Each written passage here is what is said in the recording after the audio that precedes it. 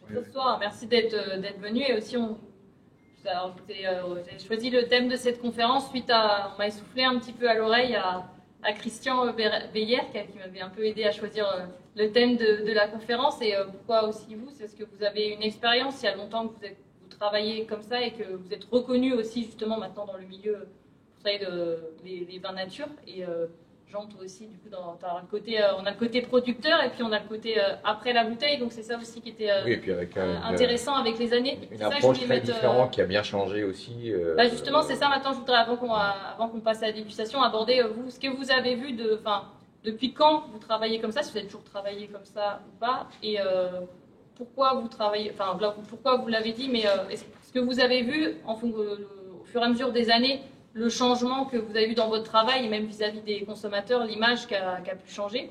Et bah, je pense que c'est déjà pas mal, donc partir un peu là-dessus. Et c'était intéressant justement de voir les autres termes que nature, parce qu'il n'y a pas un seul terme. Là, on a pris vin nature, parce que c'est celui qu'on entend le plus, mais comme tu l'as dit, Jean-Pierre, il y a plein de termes. Donc, finalement, on n'est pas obligé de réduire ça à juste un terme. C'est surtout, c'est bien plus que ça. C'est tout un travail et une philosophie autour. Donc, si vous pouvez vous exprimer du coup là-dessus sur votre expérience que vous avez vue au fur et à mesure des années et expliquer vraiment ce que tu disons, fais. moi, ce que j'ai, je me suis tourné vers vers cette expression de vin ou vers ce type de vin il y a maintenant quand même 25 ans, on va dire, en ayant travaillé dans la restauration. Je buvais comme tout un chacun des vins que moi j'appellerais aujourd'hui conventionnels. Et suite à des rencontres, à l'exploitation d'un restaurant proche, enfin, qui était sur le vignoble, j'ai eu effectivement des rencontres avec certains vignerons et qui m'ont proposé de venir avec leurs importateurs ou avec des clients au restaurant et ils me laissaient des fonds de bouteille. Ils me disaient, bah tiens Jean, on te laisse tout ça. Et donc en ayant goûté ces vins-là, j'étais juste interpellé par ce qui se passait. Je savais absolument pas comment appréhender ce que je découvrais, mais je sentais bien qu'il se passait quelque chose de différent par rapport à des vins qui étaient sur ma carte au niveau du restaurant. Et donc, je suis allé voir ces vignerons, je suis allé voir ces fortes personnalités, parce qu'il y a quand même, il y a 25 ans, 30 ans, il fallait être, je pense, il fallait être courageux et convaincu pour aller vers ce type de travail de la part d'un vigneron.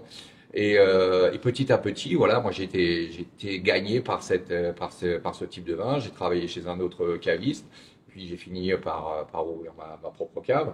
Et c'est vrai qu'aujourd'hui, je parle moi aussi beaucoup plus à mes clients de vin libre, de vin vivant, parce que le terme nature est aujourd'hui un petit peu à toutes les sauces. Et c'est vrai que au niveau d'un public plus jeune, qui aujourd'hui est quand même la majorité, moi c'est ce que je dis toujours, plus je vieillis et plus mes clients sont jeunes. C'est assez extraordinaire, moi je trouve ça fabuleux parce que c'est vrai qu'il y a une clientèle de jeunes aujourd'hui qui est absolument très très ouverte à ça, mais je pense, notre travail, que ce soit les vignerons, les cavistes, c'est aussi un petit peu pas de les former, ce serait peut-être prétentieux, mais qui s'éveillent et effectivement ils se fassent leur propre goût et leur propre lecture de ce type de vin. Et je pense que là, on a un vrai travail à faire. Et ça, c'est relativement récent. Au départ, j'avais plutôt des gens convaincus, curieux, qui posaient beaucoup de questions, qui étaient vraiment dans le côté un peu scolaire des choses, mais qui avançaient petit à petit. Aujourd'hui, c'est vrai que la clientèle, c'est un petit peu, parce que c'est aussi un effet de mode, hein, on va pas se voiler la face, il y a une grosse dynamique là-dedans. On a tendance des fois un peu à mettre la charrue avant les bœufs, et je pense que là, on a un vrai travail pour cadrer un petit peu les choses et non pas juste surfer sur cette notion de vin nature. Et je pense que ce soit Jean-Pierre et Christian, bon, c'est vraiment un peu la première heure, et je pense qu'eux, ils ont fait ce travail-là, ils le font toujours. Et d'ailleurs, dans ce type de vin, je pense que là, il y a beaucoup de rigueur. C'est ce que je dis souvent à mes clients, le vin naturel, c'est pas ne rien faire. C'est beaucoup, beaucoup, beaucoup de travail, c'est beaucoup de prise de risque. Et je pense que expliquer tout ça auprès du consommateur, c'est aussi leur faire passer un message que c'est très difficile, qu'il faut être effectivement très rigoureux, et que ça a un certain prix aussi. Parce que il y a quand même la notion de prix qui rentre en ligne de compte, où des fois, bon, bah, on commence un peu on se rend bien compte que c'est des vins qui globalement sont peut-être c'est pas des premiers prix. Et donc là, on a une argumentation effectivement à faire valoir, mais qui s'explique aisément par la prise de risque, notamment de la part des vignerons. Mais il y a une évolution, effectivement, en 20 ans, moi j'ai vu changer, beaucoup changer la clientèle. Certains se sont détournés, c'est assez rigolo, je ne pensais pas. On avait tendance à dire, une fois qu'on est tombé dedans, on n'arrive plus à boire autre chose. Ben, moi j'ai vu l'inverse, j'ai vu des gens se détourner à nouveau des vins nature pour revenir vers des vins un peu plus conventionnels, ou tout au moins des vins plus cadrés, pour s'éloigner un petit peu des choses un peu, ce qui est un petit peu plus... ce qu'on appelle un peu plus rock'n'roll, un petit peu foufou. Et au bout d'un moment, il y a une lassitude et on revient vers une rigueur, vers une recherche de rigueur et vers des vins qui ont du fond. Et je pense que ça, c'est très intéressant parce que je pense que c'est là où où le travail se ressent, la différence de travail se ressent. Ça, je pense que c'est vraiment important. Oui, bien sûr, vous en prie. Oui, dis-moi, je regarde. Non, mais justement, à chaud. Je trouve très intéressant ce que vous dites et merci à la confrère d'organiser ça et merci à vous d'être venu. Bon, c'est un préambule. Ce que vous dites est très intéressant. Est-ce que les vins nature ne sont pas devenus aussi, comment dire, un peu moins rock'n'roll qu'ils étaient il y a 20 ans? C'est-à-dire avec des vols, avec des réductions, avec plein de choses qui se sont affinées parce que le savoir-faire s'est amélioré en 20 ou 25 ans aussi. Moi, je pense que c'est une histoire de vigneron, une histoire de travail de vigneron. Il y en a, je pense que c'est pas du jour au lendemain qu'on arrive à faire des grands vins naturels, pour utiliser ce terme. Mais je pense qu'il y a un cheminement, c'est ce qui m'intéresse beaucoup dans ce travail, c'est-à-dire les vignerons qui ont pris beaucoup de risques, qui ne comprenaient pas forcément tout ça au départ, et qui petit à petit ont progressé, et où effectivement on sent la progression. Et puis d'autres jeunes vignerons, mais qui profitent aujourd'hui de l'expérience d'un petit peu des anciens. Et je trouve que c'est très intéressant, ces passerelles qui se font et ces échanges qui se font.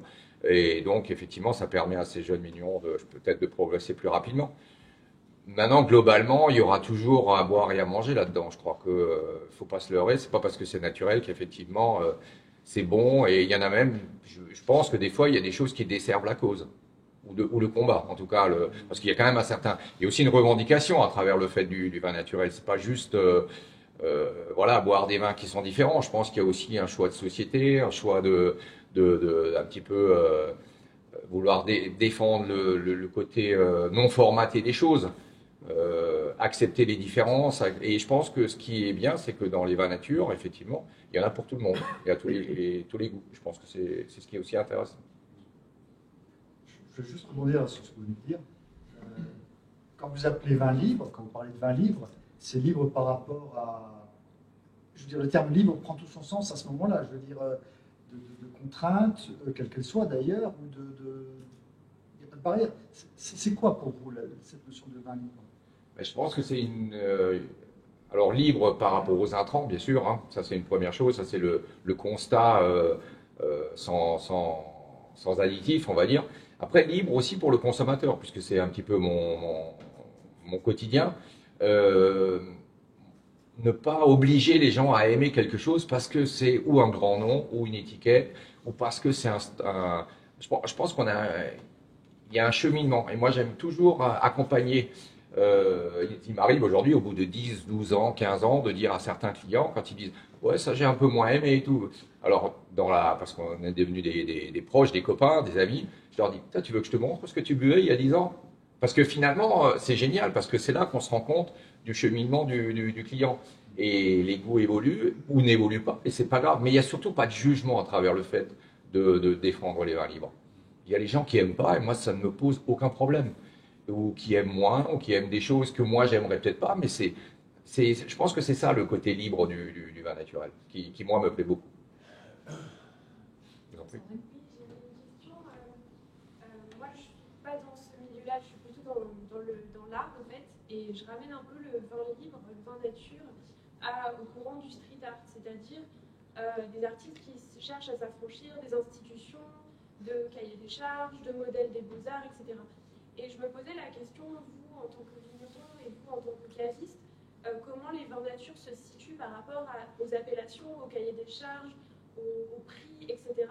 Est-ce que c'est aussi une recherche de s'affranchir de ça, Ou est-ce que c'est vraiment dans le travail du vin et ça peut être reconnu institutionnellement?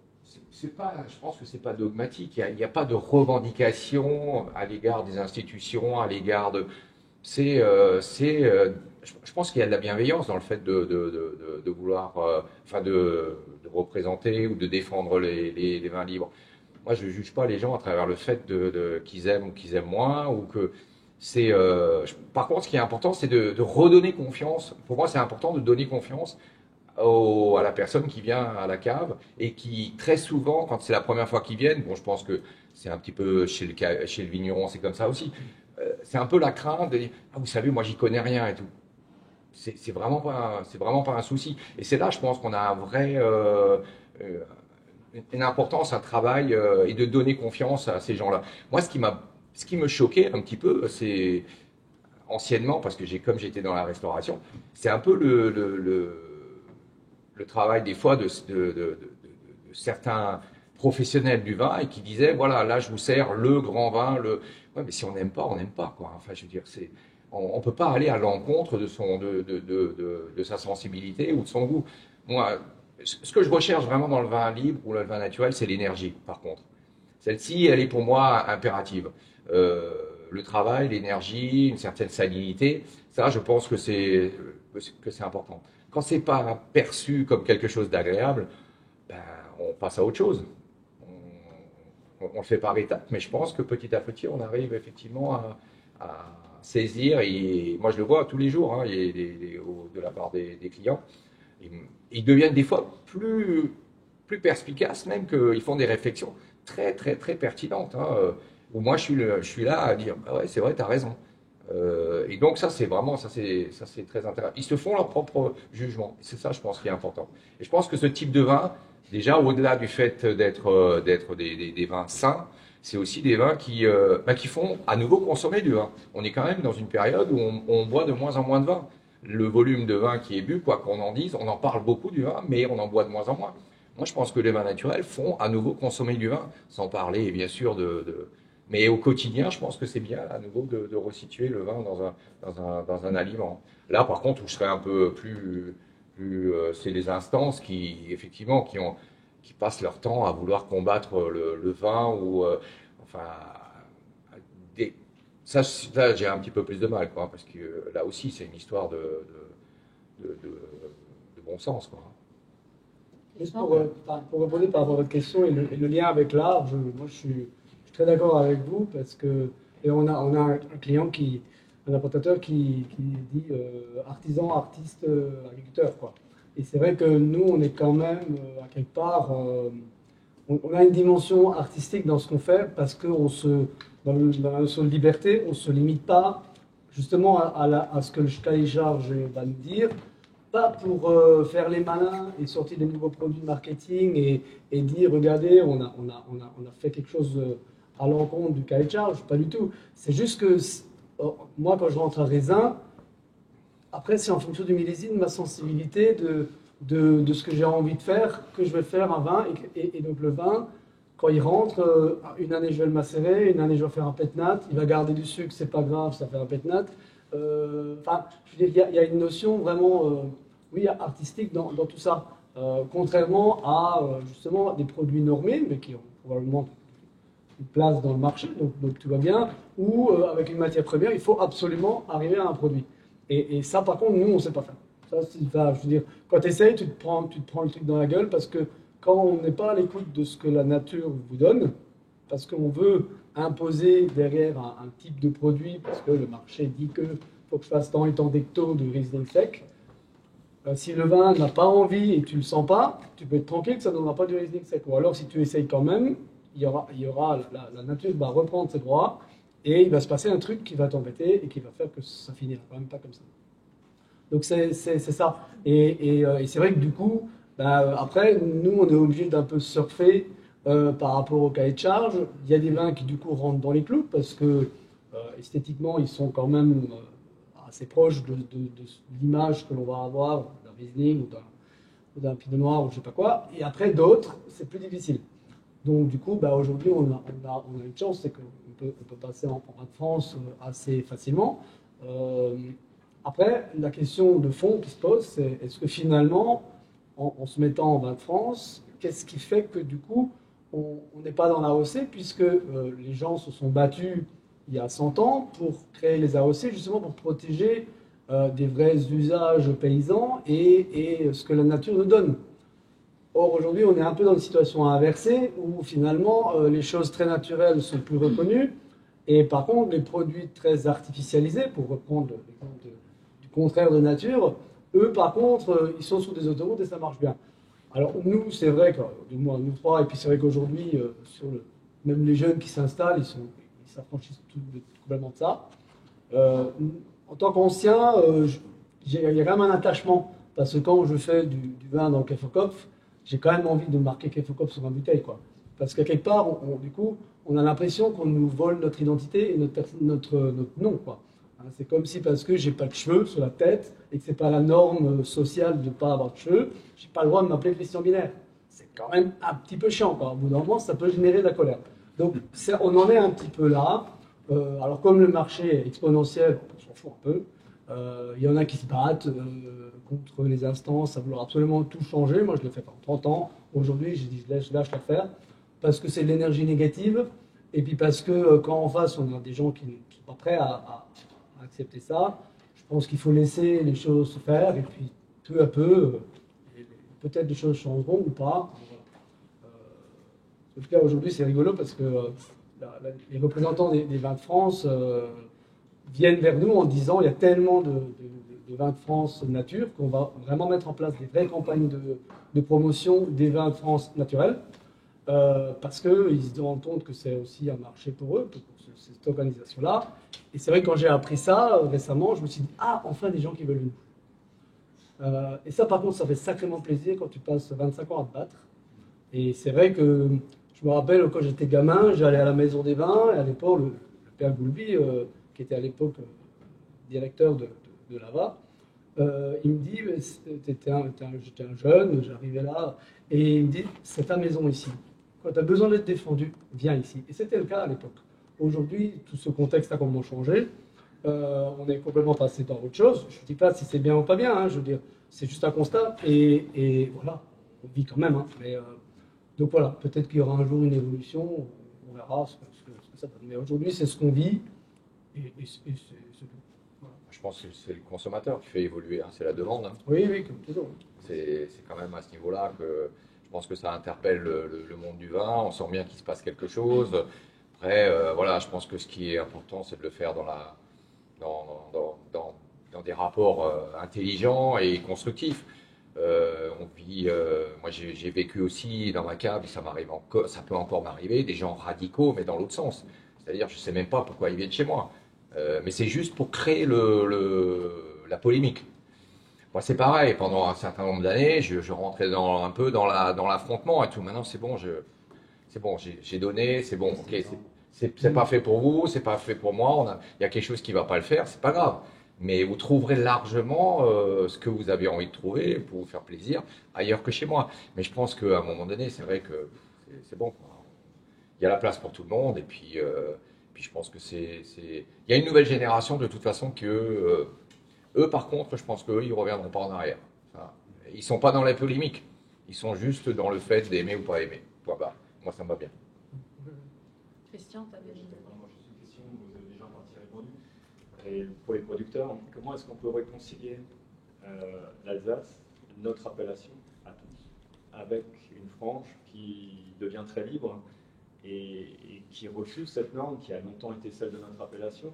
Comment on peut rabibocher tout le monde au bénéfice de l'ensemble de l'appellation? Parce qu'on a l'impression de voir une frange, vous êtes apaisé, vous avez l'âge et vous avez vu beaucoup d'eau couler sous les ponts, mais en face, il y a des gars qui sont sacrément remontés et on ne voit plus Alsace sur les étiquettes, on ne sait plus trop où on est. Qu'est-ce qui fait encore d'un vin nature un vin d'Alsace, ou un vin d'Alsace un vin nature? Quelle identité alsacienne on a pour ces vins-là? Et fin de la question, comment on raccroche les wagons à tout ça? Comment est-ce que l'Alsace sort par le haut? Ce n'est pas un exercice facile. Parce qu'aujourd'hui, Ce sont deux mondes en fait qui fonctionnent de manière presque opposée aussi, hein. Donc, je ne sais pas. Si je peux raconter ma petite Oui, mais histoire, justement, voilà, parce que il faut aussi voir d'où on vient en fait.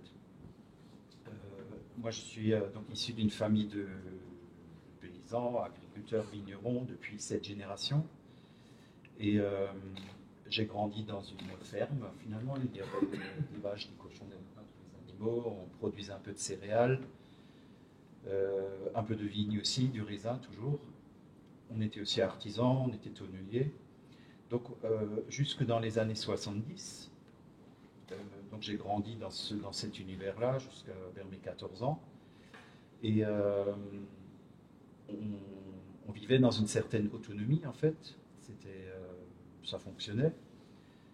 Mais ça représentait beaucoup de boulot. Donc, à un moment donné, mon père a décidé de se focaliser sur le vin et commencer à produire du vin. Et comme on est tous un peu autodidactes dans nos métiers, on apprend sur le tas. À l'époque, mon père a commencé à vinifier, non pas parce qu'il a appris à l'école, mais parce qu'il y avait des labos d'œnologie qui expliquaient comment faire le vin. Et on n'avait pas vraiment d'autre choix que de suivre ces conseils-là. Voilà.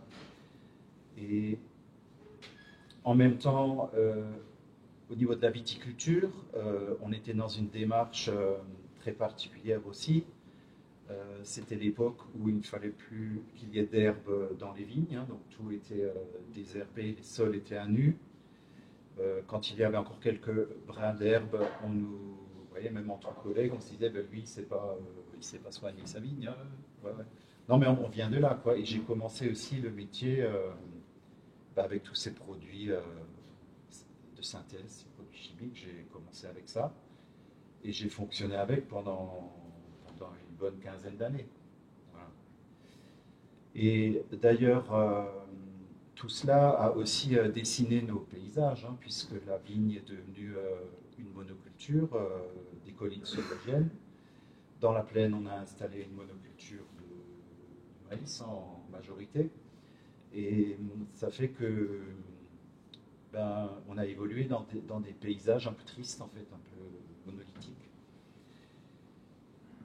Et donc on vient de là.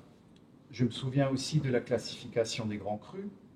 Il y a eu plusieurs paliers, de 75 jusqu'à 2007, je crois. Donc en 92, chez moi, on classifiait le Zotzenberg. Et lorsqu'on faisait le tour des vignes pour délimiter donc les parcelles qui pouvaient avoir droit à l'appellation, alors il y avait l'entité géologique. Mais en plus, il ne fallait pas qu'il y ait d'ombrage. Donc on a, à un moment donné, même éliminé les arbres pour que... Voilà, donc on était dans une logique très, très étrange qui a fait que, dans toute notre démarche, on cherchait absolument à tout cadrer, à tout maîtriser. Et c'est ce qui nous a amené vers l'AOC, quand même. C'était un peu la base des cahiers de charges de l'AOC. Et finalement, après, s'écoule encore 20 ans ou 30 ans pour commencer à raisonner un petit peu autrement. Et moi, c'est comme ça que je suis venu au vin naturel. D'abord en prenant conscience que, d'un point de vue écologique, on était peut-être parti de travers. Donc voilà, il y a un travail qui s'est fait à la vigne pour de nouveau. Alors, il y a l'enherbement qui est venu. On a pendant de longues années travaillé sur l'enherbement. Petit à petit, les entreprises sont converties au bio. Et puis, dans la dégustation aussi, on a commencé un petit peu à comparer les vins issus des schémas classiques, les vins bio. On commençait à déguster les vins biodynamiques, les vins naturels. Et moi, personnellement, c'est par la dégustation que je suis venu à cette démarche. Parce que je vois David, il faisait partie de ces groupes de dégustation là à l'époque avec une bonne bande de vignerons. On se retrouvait très très régulièrement à goûter. On a beaucoup dégusté. Et ce qui apparaissait assez clairement, c'est que les vins biodynamiques présentaient plus de fond, plus de minéralité, hein, globalement. On goûtait toujours à l'aveugle et on tirait les conclusions après la dégustation. Globalement, les vins biodynamiques présentaient plus de fond. Et quand on intercalait des vins donc vivants, naturels, sans soufre, il y avait encore un petit peu une autre dimension supplémentaire. Et ce côté vivant du vin qui était vraiment super, un peu addictif comme ça, un peu, on avait envie de tendre vers ça. Voilà. Donc c'est clairement la dégustation qui a, moi personnellement, qui m'a mené à ça. Et donc après, il faut bien sûr expérimenter, il faut essayer. Il y a aussi le problème de la clientèle, puisque on change radicalement de style aussi. Et on faisait beaucoup de ventes directes au caveau. Donc là aussi, ça a mis quelques années pour changer aussi la clientèle, puisque c'est bien d'avoir une envie de changer de style, il faut aussi quelque part que des gens qui aient envie de boire. Voilà. Mais ça s'est fait. Et puis on a profité beaucoup aussi des blogueurs que je vois en partie ici aussi, hein, qui il y a 10 ou 15 ans écrivaient beaucoup sur les vins naturels. Il y a eu un mouvement comme ça qui s'est mis en route et finalement ça a pris, quoi. Il y a eu un public. Puis, voilà. Alors ça n'a pas toujours été compris, mais il y a un vrai public qui s'y est intéressé, beaucoup de professionnels, et on s'est rendu compte aussi qu'à l'export, ce sont des vins qui plaisaient énormément, notamment vers les pays asiatiques, puisque ce sont des vins qui fonctionnaient bien avec leur alimentation. Et après, beaucoup de pays se sont intéressés à ces vins-là. Il y a une grande ouverture, en fait. Voilà, ce qui nous a permis de continuer et d'expérimenter. Alors, ce que je voulais dire aussi par rapport à Madame, par rapport au côté artistique du vin, je trouve ce que je pense avoir appris, c'est que ce qu'on nomme défaut œnologique, en fait, ça peut apporter beaucoup de relief au vin. Et je trouve que la démarche est super intéressante de travailler avec ce qu'on appelle défauts du vin, qui pour moi aujourd'hui ne sont plus forcément des défauts, sauf si un vin part vraiment volatile et vers le vinaigre, c'est pas l'objectif. Mais c'est super intéressant de voir tout ce que la nature peut proposer comme nuance et comme alternative, et ce que le temps aussi permet des fois de récupérer. Je trouve ça beaucoup plus stimulant que de travailler selon un cahier de charge imposé pour produire quelque chose d'assez linéaire finalement, et qui pour moi aujourd'hui n'a plus beaucoup de sens. Voilà. Et toi, Christian, comment t'es venu est-ce que tu nous as pas dit d'où tu viens? Du village à côté. Alors du village à côté, mais on était déjà en dehors du village, et ça c'est vrai que mon père déjà, il avait un peu mis de côté la chimie, il avait essayé, et puis il a dit, oula, ça ne me plaît pas, c'est pas des vins tels que j'aime. Et donc du coup, il était un peu déjà le mec un peu bizarre du village, mais assumé, ça ne le dérangeait pas du tout. Et donc quand j'ai repris le domaine dans les années 2000, j'ai eu la chance un jour de rencontrer un gars qui à Paris, vendait déjà du vin nature. Un mec complètement taré, parce qu'il fallait à l'époque être vraiment taré pour vendre de la nature à Paris. Et ce gars-là, alors que j'étais à l'école et qu'on m'apprenait tout ce qu'il fallait faire pour faire du vin normal. Je ne sais pas comment on appelle, mais enfin du vin. Et là, ce gars, il m'a comment interpellé. J'ai dit, ah ouais, ça c'est rigolo ce qu'il raconte. Et donc, du coup, j'ai tourné avec lui et j'ai rencontré les premiers chefs cuistots qui ont milité pour nous. Qui aujourd'hui sont aussi très connus, mais qui à l'époque avaient une gargote au fin fond de Paris, dans les mauvais quartiers, et qui faisaient déjà de la cuisine comme maintenant, avec des produits, enfin voilà. Et ça m'a vraiment plu. Il y avait vraiment une espèce de rupture, et puis surtout, c'est que ça avait du fond dans son dialogue, parce que c'était proche de ce que la nature nous donne. Et donc pour moi, ça a été vraiment un challenge d'aller dans cette direction-là. Alors papa, il s'est pris quelques baisses parce qu'à l'époque, évidemment, l'esthétique du vin naturel qui pétille un peu, qui est un peu trouble, passait pas au niveau des consommateurs. Et donc, un jour, ce gars, il fait faire une analyse par un laboratoire et il trouve sur 92, vraiment 92, 19 de total, voilà, il n'y a rien dedans. Et donc, donc moi, je trouvais ça vraiment bizarre parce que c'est pas du tout ce que j'avais appris à l'école. Et donc,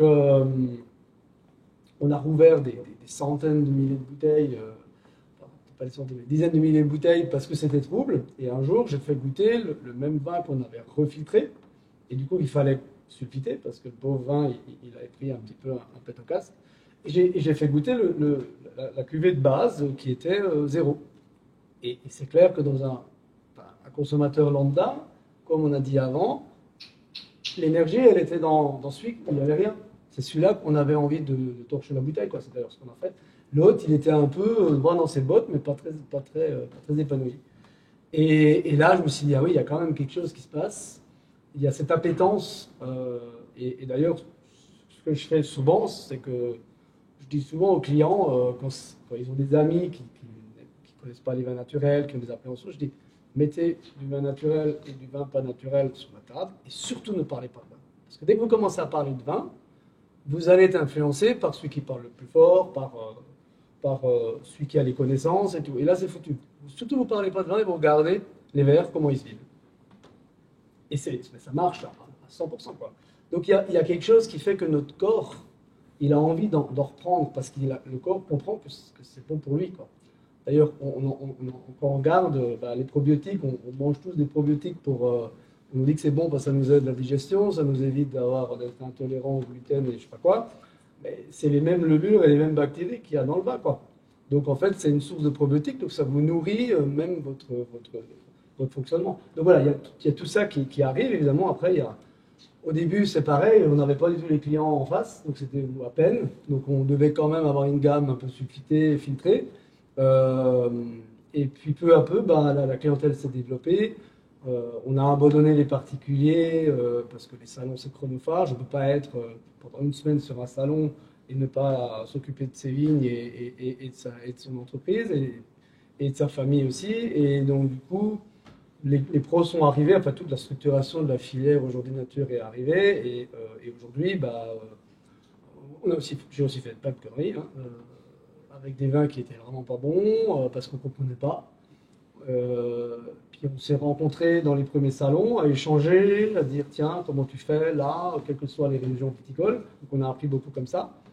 Pareil, comme Jean-Pierre, en goûtant beaucoup chez les uns et chez les autres. Là, ça a créé une communauté où on échange beaucoup. Voilà, tout à fait. Et c'est comme ça même sur les mauvais clients d'ailleurs, les mauvais payeurs, ça marche très bien. Et ça c'est super, hein, parce qu'il y a vraiment une notion de famille. Alors c'est vrai que c'est un petit peu étanche, même si ça s'ouvre beaucoup, parce qu'aujourd'hui, même un caviste classique, il est obligé d'avoir un peu de vin nature, parce que sinon il a l'air d'un con. Donc ça c'est plutôt bien, parce que du coup, ça permet justement à sortir un peu de notre petite communauté où on se regarde dans le nombril et on s'aime bien et on refait le monde. Et on voit vraiment qu'il y a une ouverture, une curiosité qui va sur un public plus large. Et ça c'est chouette, parce qu'on sort un peu du réseau. Mais en même temps, on se sent quand même bien dans ce réseau, quoi. Et quand même, quoi qu'on en dise, on parle beaucoup du vin naturel, mais ça reste à l'échelle du volume de vin, ça reste peanuts. C'est juste quelque chose on en parle beaucoup à la télé, dans les magazines, dans plein de relais. Mais moi je le vois quand je vais dans un salon, que j'aille à Montpellier ou à Angers, tiens, salut, bon, on se connaît tous, quoi. Hein. On est quand même, c'est une grande famille qui, heureusement, s'agrandit par l'arrivée de plein de jeunes vignerons, de nouveaux cavistes, etc. Mais c'est vrai qu'on est quand même encore dans quelque chose d'assez, on est vivant, on est assez énergique, mais on n'est pas le gros du troupeau, quoi. Ça, c'est clair. C'est certain. Ça reste il faut quand même y mettre de la conviction. Je pense que, enfin, pour parler du vin d'Alsace, parce qu'on est quand même, moi, l'expérience du vin d'Alsace dans ma cave, moi, quand j'ai démarré, je ne vendais quasiment pas de vin d'Alsace. Les gens qui rentraient dans ma cave me disaient on aimerait bien un beau blanc et tout. Beau terroir Alsace. Ah non, pas d'Alsace, un beau blanc. C'était terrible, je veux dire, d'avoir. Moi, mes 2-3 premières années, ça a été ça. Aujourd'hui, ce que je vends le plus, c'est de l'Alsace. Je trouve que ça doit quand même interpeller sur le fait de se dire que on est en train de redorer une image de l'Alsace qui est malgré tout quand même assez médiocre au niveau de la perception des consommateurs. Hein. Ça, c'est quand même. Moi, je pense que je vends de l'Alsace à tous les gens de passage. J'arrive à leur vendre de l'Alsace, mais parce qu'ils sont réceptifs à l'Alsace. Ça à partir du moment où on parle de vin naturel, de vin libre et de l'Alsace, ok, ça fonctionne. Mais localement, ça a été ça a été très dur. Hein.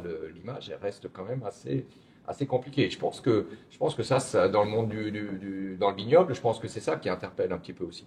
Parce qu'il y a alors il faut en faire moins. Je pense qu'on ne va plus parler de volume et de millions de bouteilles.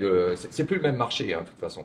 Par contre, on gagne en qualité. Et puis je pense aussi, si on veut parler chiffres, je crois qu'on gagne aussi en qualité de travail, en qualité au niveau de l'environnement et puis en image. C'est quand même chouette de se dire que l'Alsace retrouve une place sur les belles tables, sur les grandes tables, parce qu'elle a quand même tendance à avoir un peu disparu. C'est quand même dommage. L'Alsace, c'est quand même, quand vous allez dans la restauration en Alsace, c'est quand même une des seules régions où on trouve des vins de toutes les régions. Vous allez en Bourgogne, trouver de l'Alsace ou ailleurs, c'est compliqué. Hein. Ou alors à Paris, c'est les petits blancs, c'est le petit blanc. Je veux dire, on a mieux à proposer que ça quand même. Hein. Moi, ça fait 10 ans que je fais un vrai travail là-dessus parce que je pense que, et aujourd'hui encore plus, parce qu'avec tous ces jeunes vignerons, c'est extraordinaire ce qui est en train de se passer en Alsace. Valérie, tu veux dire quelque chose? Par rapport à une étude qu'avait faite une vigneronne néo-zélandaise il y a quelques temps de ça. Elle a étudié les différentes phases de la vinification dans les vins naturels et ce qui a été soulevé, c'est que dans le cadre des amines biogènes, il y avait des composés type l'histamine qui étaient plus présents dans les vins qui n'avaient pas reçu de sulfite sur le goût et à différentes étapes et qui étaient plutôt sulfités juste à la fin de la mise en bouteille. Donc clairement, c'était un peu les vins naturels qui étaient ciblés dans son étude. Et que l'histamine, elle est plus ou moins théoriquement faite pour être évacuée naturellement par le corps, sauf que dans certains cas, c'est un composé qui est toxique mais qui est non aromatique. Et dans certains cas, ça pouvait générer des maux de tête relativement conséquents. Par le passé, la Suisse bordait un petit peu les taux d'histamine qui étaient autorisés dans les vins, c'est ce qu'on fait aujourd'hui. Est-ce que vous pensez que c'est un vrai sujet dans les vins naturels ou est-ce que vous pensez que c'est juste les effets de bord liés à des sensibilités personnelles aujourd'hui? Je peux apporter un complément. Dans cette étude néo-zélandaise, elle a été complètement contredite par une autre étude qui a été financée cette fois-ci par la communauté européenne et pas l'interprofession dans les Côtes-du-Rhône, où ils ont regardé justement la question des amines biogènes et le sourcing des amines biogènes qui avait été trouvé, c'est quand les vins recevaient notamment du phosphate diamonique fermenté et que ce phosphate diamonique était mis en surplus, une partie n'était pas consommée, métabolisé par des bactéries lactiques, et là ça donnait des amines biogènes. Donc ça a été amplement vu. Et là pour le coup c'était l'inverse. C'était pas lié au caractère non naturel et laisser faire la nature, et c'était vraiment des processus. Enfin, l'étude elle existe, hein, elle a été publiée aussi par Interbrode, donc mais financée par le. Là, tu parles de produits azotés pour faire fermenter les levures qu'on rajoute au moment de la fermentation, ce qu'on ne fait pas dans notre cas. Je sais qu'il y a un travail qui a été fait aussi par le syndicat des vins nature à ce sujet-là, parce que justement, on est souvent retoqué pour cette raison-là. Alors, je n'ai pas suivi le truc, mais le compte-rendu du travail qui a été fait par le syndicat, c'est justement que finalement, c'est un moyen de nous attaquer, mais a priori, ce n'est pas très fondé. Alors après, le problème, c'est que nous, comme on est dedans, évidemment, moi, ça m'a rassuré, mais il faudrait vraiment creuser plus en détail. Je ne sais pas, Bruno, si tu as des infos. J'ai juste une question avant d'ajouter le débat AOC, la nature, et notamment AOC et Alsace. C'était pour Jean, autant je partage bien avec Jean-Pierre ce qu'est un vin vivant et avec Christian ce qu'est un vin que notre organisme est capable de comprendre, autant ce terme énergie auquel tu tenais beaucoup reste pour moi complètement opaque. Alors si tu peux nous expliquer ce que tu appelles de l'énergie dans un vin. J'ai une conception trop physique peut-être de la notion de l'énergie, alors explique-moi. Pour moi, l'énergie, c'est une réaction assez instantanée que j'ai lors de l'absorption d'un vin, d'ailleurs, ou d'un aliment aussi. C'est quelque chose qui... mécaniquement me redresse, j'ai envie de dire. Ça me donne un frisson, une vibration, quelque chose qui me nourrit et qui me fatigue pas. L'inverse d'un produit vivant, c'est quelque chose qui, j'ai l'impression de donner de l'énergie au produit, alors que lorsque je bois un vin vivant qui est vivant, parce qu'ils ne le sont pas tous, hein, c'est pas parce qu'ils sont naturels ou libres qu'ils me font tous cet effet-là. C'est pas, mais lorsque je ressens ça, effectivement, là, il se passe quelque chose au-delà de l'aromatique, du visuel, etc. Pour moi, instantanément, je me redresse et ça me donne de l'énergie et c'est quelque chose qui me nourrit au-delà de l'aromatique. C'est vraiment physique comme sensation, quoi. Une petite expérience de dimanche. J'ai un fils qui aime bien goûter le vin, le plus jeune, et dimanche il m'interpelle parce qu'il me dit ouais papa, en fait j'aimerais bien un peu déguster des vins conventionnels parce que j'en discutais avec mes copains et en fait je ne sais pas forcément de quoi il parle. Et alors dimanche je me suis dit bah, tiens je vais lui ouvrir et aussi pour comprendre, pour situer les appellations dans la France, etc., de savoir ce qui se fait de manière un peu plus classique. Voilà. Alors c'est vrai que c'est un jeune qui a appris, qui a découvert le vin qu'au travers des vins naturels, puisqu'on ne consomme pratiquement que ça. Voilà. Et c'était marrant la question. Donc j'ai ouvert un vieux Kéran d'il y a 20 ans, le domaine des Grands Bois, un vin que j'avais acheté au salon à Strasbourg, là, salon des vignerons indépendants. Et donc on a ouvert ce vin, il était bon à la première gorgée. Et il a capté le truc hein, de l'énergie, en fait. Il a dit, ouais, le premier verre, ça va, mais on n'a pas envie d'y revenir. Et je lui ai dit, ouais, tu vois, on a l'impression qu'il y a quelque chose de mort dans le vin, en fait. Il y a plus de vie. Et dans un vin naturel, même si c'est un vin qui a un peu vieilli, qui s'est oxydé, l'énergie reste là, en fait. Enfin, c'est comme ça que je perçois les choses. Hein. Et le côté vivant reste là. Puis il y a cette sensation d'être plus proche d'un élément qui est l'eau, dont on est tous majoritairement composés, et qui se rapproche de quelque chose qui aussi m'hydrate finalement. Au-delà du fait de boire du vin, c'est quelque chose qui est peut-être plus proche d'une capacité d'absorption de l'organisme moléculairement parlant. Je ne suis pas chimiste, mais je pense que quelque chose qui ne glisse pas juste et qui s'en va, mais quelque chose qui rentre au-delà de juste de cette perception aromatique. D'ailleurs, quand on fait des soirées dégustation, bon, quand on est plusieurs, même lors d'un repas, sans forcément être totalement toujours que concentré sur le vin, parce qu'à un moment donné, voilà, il faut aussi un peu, ne serait-ce que pour respecter nos partenaires, nos compagnes, etc., qui au bout d'un moment saturent des fois, et je peux le comprendre, mais on peut ouvrir 5-6 bouteilles, et dans l'eau, d'un coup, on ouvre une bouteille, et puis tout le monde, il y a comme un blanc, et tout le monde est là. Putain, là, il est là. Mais c'est assez unanime à ce moment-là. C'est pas juste. Donc ça montre bien qu'à un moment donné, il y a peut-être la bouteille au milieu des autres vins naturels, il y a un petit plus. Et je pense que c'est cette énergie qui fait ce petit plus. Gabriel Lepouzet a une bonne explication. Elle n'est pas. Et qui va intervenir aussi toi d'ailleurs. Mais il y a une bonne explication par rapport à ça, mais une explication neuroscientifique. Quand vous allez au cinéma, vous voyez une image, vous voyez un film.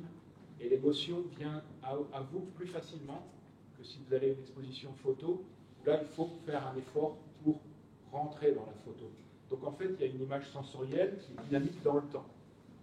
Et pour le vin, c'est pareil. Si vous avez dans le verre, c'est une autre image sensorielle qui n'est pas visuelle, mais qui passe par le goût et le nez, et qui est dynamique dans le temps. Le vin, il évolue parce qu'il n'est pas sublimé, donc on le débouche.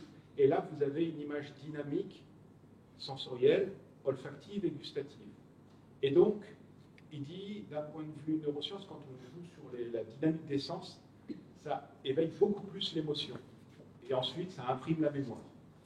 Et c'est vrai qu'on se souvient plus facilement d'un film qui nous a donné de l'émotion, plutôt qu'une photo. Je ne dis pas que les photos, c'est une super photo, mais j'allais dire que le chemin de l'émotion est plus simple par la dynamique sensorielle. C'est joliment dit. Gabriel explique très bien, il montre en plus le cerveau, comment il s'active.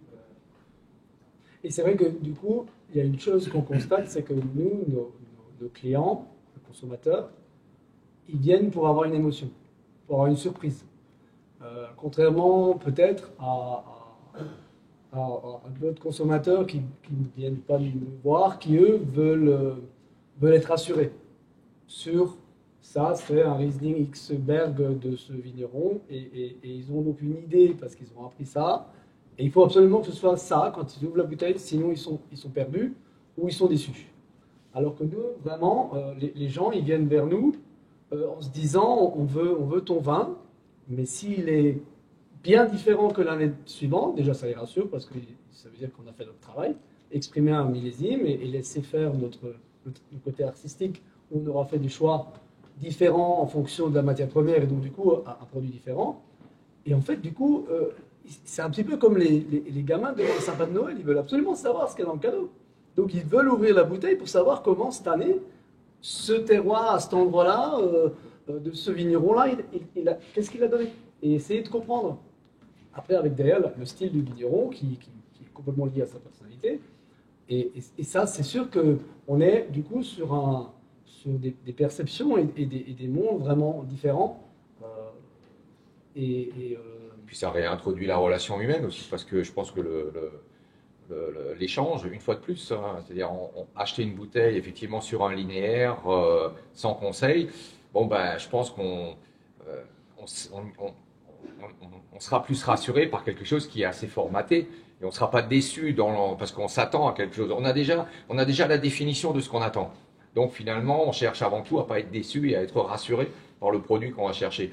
Maintenant, lorsque effectivement, la démarche vis-à-vis chez un caviste, il faut quand même à ce moment-là accompagner un petit peu. C'est-à-dire le client qui vient, il me dit l'autre jour j'ai pris un 2015. Ça rien à, enfin c'est très différent, j'ai pas retrouvé le vin. Je dis oui parce qu'on a changé de millésime, mais à ce moment-là expliquer parce qu'il faisait plus chaud, parce que si, parce que ça, là c'est accompagner le consommateur et ça c'est quelque chose qui je pense qui aujourd'hui est très important. Il faut refaire un vrai travail aussi au niveau des sommeliers, au niveau des marchands de vin. Il faut aussi refaire le travail qui a été un peu oublié hein, pendant quand même pas mal d'années. Beaucoup d'endroits on rentrait, on avait un peu cette crainte. Les jeunes aujourd'hui sont beaucoup plus, je dirais, ils aiment plus spontanément, mais pendant longtemps, le sommelier, c'était un peu Dieu le Père, quoi. Jamais on aurait osé lui dire, mais parce que c'est un grand vin, c'est obligatoirement bon. Mais non, moi j'aime pas, et c'est pas parce qu'on me le vend comme un grand vin. Tout ce que j'entends là depuis un quart d'heure, ça me pose question aussi, parce que bon, moi je bois un peu tout. Je bois nature, pas nature, je vais voir beaucoup de vignerons. Et en fait, là, ce que vous venez de raconter sur l'émotion, sur le silence qui se crée autour d'une bouteille, moi je l'ai vécu avec des vins nature, je l'ai vécu aussi avec des vins complètement traditionnels. Hein. Moi j'ai des grands vins qui me mettent, qui me tirent des larmes, hein, parfois. C'est pas forcément là, j'ai l'impression que vous êtes en train de dire que, vous êtes en train de dire qu'il n'y a que le vin naturel qui peut finalement parler à l'émotion. Alors je ne suis pas sûr que le vin naturel ait le monopole de cette relation-là entre... Moi, je le respecte, il n'y a aucun problème. Moi, j'ai pas de souci par rapport à ça. Je suis pas là pour convaincre au-delà d'une. Et j'ai bu des vins naturels et il m'arrive encore de goûter aussi des vins conventionnels. Enfin un peu. Et je dis, c'est bien, il y a du travail. Je pense que c'est ça qui est important. C'est de ressentir le fait qu'il y ait du travail. Je vais pas non plus sous prétexte que c'est naturel. Gérard Bertrand, il fait de la flash pasteurisation, filtré stérile, c'est vendu en grande surface, vin naturel sans sulfite. Ça n'a aucun intérêt. Ça, c'est desservir la cause, mais gravement. Ça, c'est faire du business, faire de l'argent. Et ça, c'est des choses, par contre, contre lesquelles je m'élève peut-être encore plus que le vin conventionnel. Parce que là, c'est surfer sur quelque chose qui est détestable. Ça, vraiment, pour moi, c'est ça, c'est plus. C'est un phénomène inéluctable.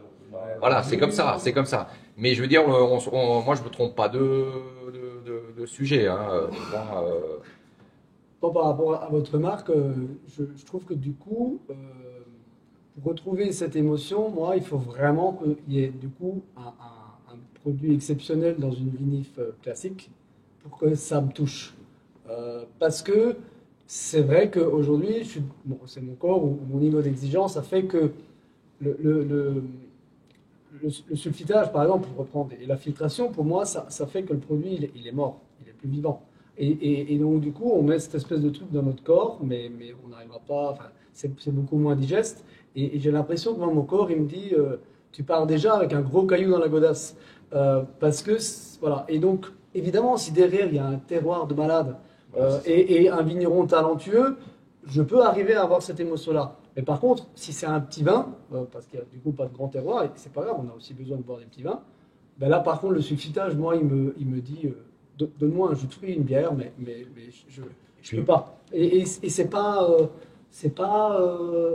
un dogmatisme ou un machin, c'est juste que la réaction de mon palais qui me dit. Et peut-être parce que moi je suis arrivé à un niveau de cheminement, parce que c'est mes tripes de tous les jours. De faire du vin nature, je me lève le matin et c'est mon plaisir. Donc c'est sûr que c'est différent par rapport à vous qui n'est pas autant ou engagé dans cette histoire. Et je trouve ça très bien, hein, parce que sinon. Engagé. Voilà. Et bien engagé, Pierre, quand même. Oui. Non, mais je pense que moi, je pense qu'on arrive au bout de quelque chose sur certains terroirs qui étaient, à mon avis, très très puissants et qui allaient au-delà de la chimie qu'on pouvait lui balancer. Oui. Parce qu'ils étaient costauds, ils étaient très très puissants. Et la chimie, finalement, les a fatigués beaucoup plus tard que sur d'autres terroirs qui étaient peut-être plus fragiles et où effectivement les vins sont devenus beaucoup plus sans vie. Je pense qu'il y a des terroirs tellement puissants que même la chimie n'a pas fini par les détruire, mais on arrive quand même en bout de course, je crois. Et dernière chose, le cheminement vers le vin naturel, pour moi, c'est rien de spontané. Moi, c'est un apprentissage. C'est comme avec l'art contemporain, la musique contemporaine. On peut pas, enfin, voilà. Ça m'a pas parlé directement. Hein. J'ai cheminé tranquillement et au fur et à mesure, c'est vrai que mon champ s'ouvre au fur et à mesure. Mais sans devenir, moi, je reste toujours ouvert à toutes les autres formes de vin. Mais là, j'ai l'impression d'entendre que le vin naturel, c'est spontanément, on met un vin pas naturel et un vin nature, et puis spontanément, la personne qui va boire le vin naturel, il va avoir la révélation immédiatement. Moi, j'ai pas fonctionné comme ça, mais bon, j'étais peut-être. Mais ceux qui ont le plus de mal ou ceux qui sont les plus critiques, c'est ceux qui ont une grande culture du vin conventionnel. Hein. Moi, je le vois avec les consommateurs. Moi, j'ai juste des personnes, des fois, qui me disent « Ah non, moi, je bois plus de vin blanc depuis 20 ans. » Je dis « Bon, bah écoutez, on fait un test, je vous vends une bouteille. » Et le nombre de gens qui sont revenus en me disant « Mais enfin, je peux de nouveau boire du vin blanc. » Alors que, effectivement, des gens qui ont et je respecte cette grande culture du vin à travers les terroirs, à travers la dégustation, à travers des années d'analyse et tout, et qui eux sont, et c'est normal, je pense que le cheminement se fait plus différemment. Et l'un n'empêche pas l'autre. C'est pas la guerre entre ces types de vins, c'est juste une cohabitation. Quoi. Je prends souvent moi l'exemple vous êtes des gens qui sont quand même du coin, les pains de Turlupin. La première fois que j'ai mangé son pain, j'ai rien compris. J'ai trouvé ça mauvais. Et après, je me suis dit, merde, c'est con parce qu'il fait quand même un boulot très abouti. Son schéma avec son levain, ses céréales. Et puis j'ai bien vu que le pain, au bout d'une semaine, il était toujours pas sec, quoi. Par rapport au pain que je prenais de la boulangerie du coin, de la boulangerie du village, qu'on a toujours fait. Aujourd'hui, je ne peux plus manger le pain, malheureusement, du village parce que j'ai compris que même quand je mange ces types de pain-là, j'arrive plus à les digérer. Ça, par contre, c'est juste pas esthétique, c'est pas juste. C'est que une demi-heure après, ça me gargouille dans le ventre tellement que ça m'a créé une intolérance à ces types de pain. Et c'est pas spécialement du gluten, parce qu'il y en a aussi dans ces pains. Donc je pense que c'est lié après aux levures, à plein de choses. Mais c'est évident qu'au début, et c'est pour ça que chacun est dans un chemin différent. Moi, le pain de Turlupin, je ne l'ai pas compris. Je me dis, c'est acide, la mie, elle est vachement dense, ça ne croustille pas comme la baguette du matin. Je n'aime pas ça, quoi. Et puis maintenant, j'ai basculé. Donc, évidemment, chacun est à des stades différents. Et puis, il y a des gens qui s'arrêtent à un certain stade parce que ça leur convient. Moi, c'est vrai que peut-être je suis arrivé au stade un peu excessif. Voilà. Non, mais à force de consommer ces vins-là, on développe quand même une sensibilité au sulfite. Et on le ressent. Je sais que moi, la tolérance, elle est autour de 30 mg. Après, tu peux le tester aussi, ça, en fait, hein, la tolérance au soufre. Pourquoi ? Non, tu le sens, tu le sens. Et puis, il y a des vins naturels, effectivement, pour moi, qui fonctionnent pas et que j'ai pas envie de boire non plus, quoi. J'ouvre la bouteille, je le goûte, je dis, bon, ça m'apporte rien. Ou je le comprends pas. ou pas encore, ou plus, ou je sais pas, mais qui ne, c'est pas, non, c'est pas dogmatique dans le sens, ce serait la panacée mais c'est un chemin, c'est un cheminement, je pense, qui est quand même intéressant à bien des égards en tout cas.